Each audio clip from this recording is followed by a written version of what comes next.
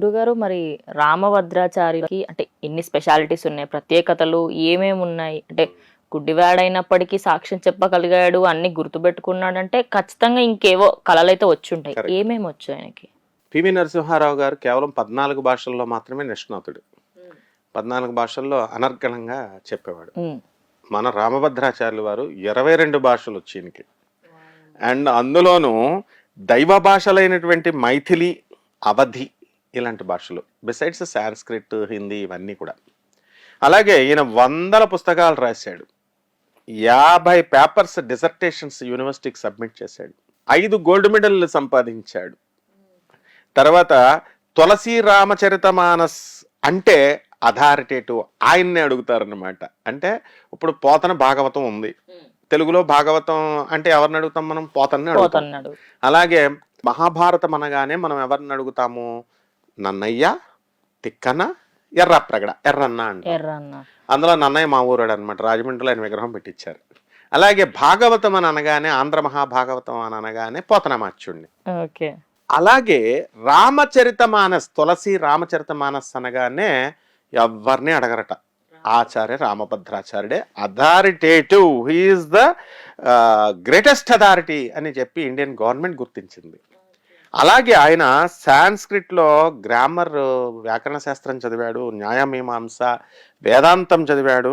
And critical edition of రామచరిత మానస్కి ఎడిటర్గా పనిచేశాడు. ఆయన కథా ఆర్టిస్ట్ రామాయణ మహాభాగవతాలకి. ప్లస్ ఈయన ఉన్న స్పెషాలిటీ అడిగావు కదా, ఈజ్ ఎ స్పిరిచువల్ లీడర్, ఆధ్యాత్మిక విప్లవకారుడు, రామానుజాచార్యుడిలాగా, శంకరాచార్యుడిలాగా ఆధ్యాత్మికంగా ప్రభంజనాలు సృష్టించాడు. రిఫర్మేషన్, సొసైటీ పునర్నిర్మాణము, రెనోవేషన్ చేశాడు ఆయన.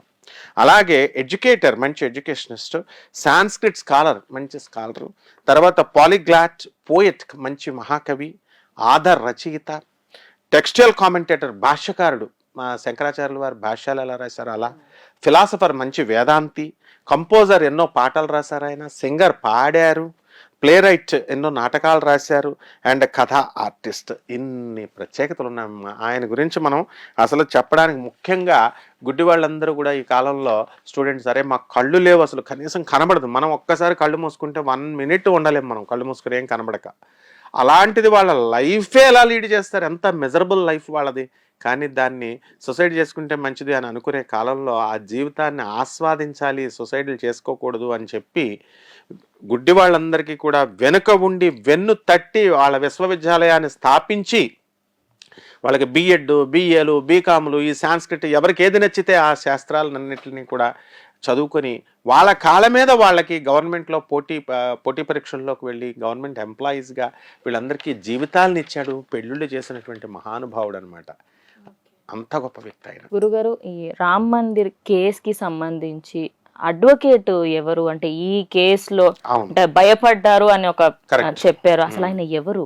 పరాశరన్, ఆ లాయర్ గారు. మెయిన్గా వాళ్ళకి ఆఫీస్ లేదు, శ్రీరామ జన్మభూమి ట్రస్ట్ వాళ్ళకి ఫస్ట్ కేసు వేసినప్పుడు వెయ్యాలి, 20 సంవత్సరాల బ్యాక్ స్టోరీ అది. వాళ్ళ ఆఫీస్, వాళ్ళ ఇల్లునే, ఆయన ఇంట్లో నుంచే ఆయన కేసు వేసాడు, బాగున్నాడు, జడ్జి ఆర్గ్యుమెంట్స్ అన్నీ జరుగుతున్నాయి. కానీ మరి ఈ ఆధ్యాత్మికంగా నాలెడ్జ్ లేదు కదా ఆయనకి, పురాణాలు ఇవన్నీ రావు పాపం ఆయనకి. ఈ సరైన ఎలా ప్రూవ్ చేయాలో అర్థం కాల. అందువలన రామ భగవానుడే ఈ యొక్క, ఇప్పుడు దేవుడికి ఏంటంటే శృతి స్మృతి పురాణానాం అంటే దేవుని యొక్క వాక్యమే ఈ శృతి అంటే, పురాణము అంటే. అంటే విష్ణుమూర్తి చెప్పాడు, శివుడు పార్వతికి చెప్పినట్టుగా వస్తాయి అన్నీ కూడా కథలు. అందుకనే ఈశ్వరవాచ, పార్వతి ఉవాచ అని వస్తాయి అన్నమాట. కాబట్టి ఈ పరాశరన్ గారు ఈ సమయంలో వేరే మళ్ళీ పండితుల దగ్గరికి వెళ్ళి వాళ్ళ అభిప్రాయాలు తీసుకొచ్చి సబ్మిట్ చేయాలనుకునే ఛాన్స్ ఇవ్వకుండా ఆ రామచంద్ర ప్రభు యొక్క జీవితానికి అంకితం చేశాడు. కాబట్టి ఆయన సేవకి ఈయన వచ్చి ఇమీడియట్ ఆ ప్రాబ్లమ్ని సాల్వ్ చేసేసాడు. And he became the hero. And మంచి పాత్ర ఉంది ఆయనకి ఇప్పుడు ఈ రామ మందిర నిర్మాణంలో, కీలక పాత్ర. He became a strong pillar అనమాట. ఆయన వల్ల మనం ఈ కొత్త జనరేషన్లో భూకంపాలు వచ్చినా సరే ఆ దేవాలయం పడదట, అంత స్ట్రాంగ్ టెక్నాలజీతో కడుతున్నారు ఇప్పుడు అయోధ్య. సో జనవరి 22న స్టార్ట్ అవబోతుంది, ప్రాణ ప్రతిష్ఠ చేయబోతున్నారు. ఇండియన్స్ అందరికీ ఇదొక, మెయిన్లీ హిందువులకి ఇది గొప్ప విషయం అనే చెప్పుకోవాలి. ఎన్నో పోరాటాల తర్వాత మనకి మన రాముడు మళ్ళీ ఆయన ప్లేస్ లో ఆయన్నే ఉండడం జరుగుతుంది. ధన్యవాదాలు.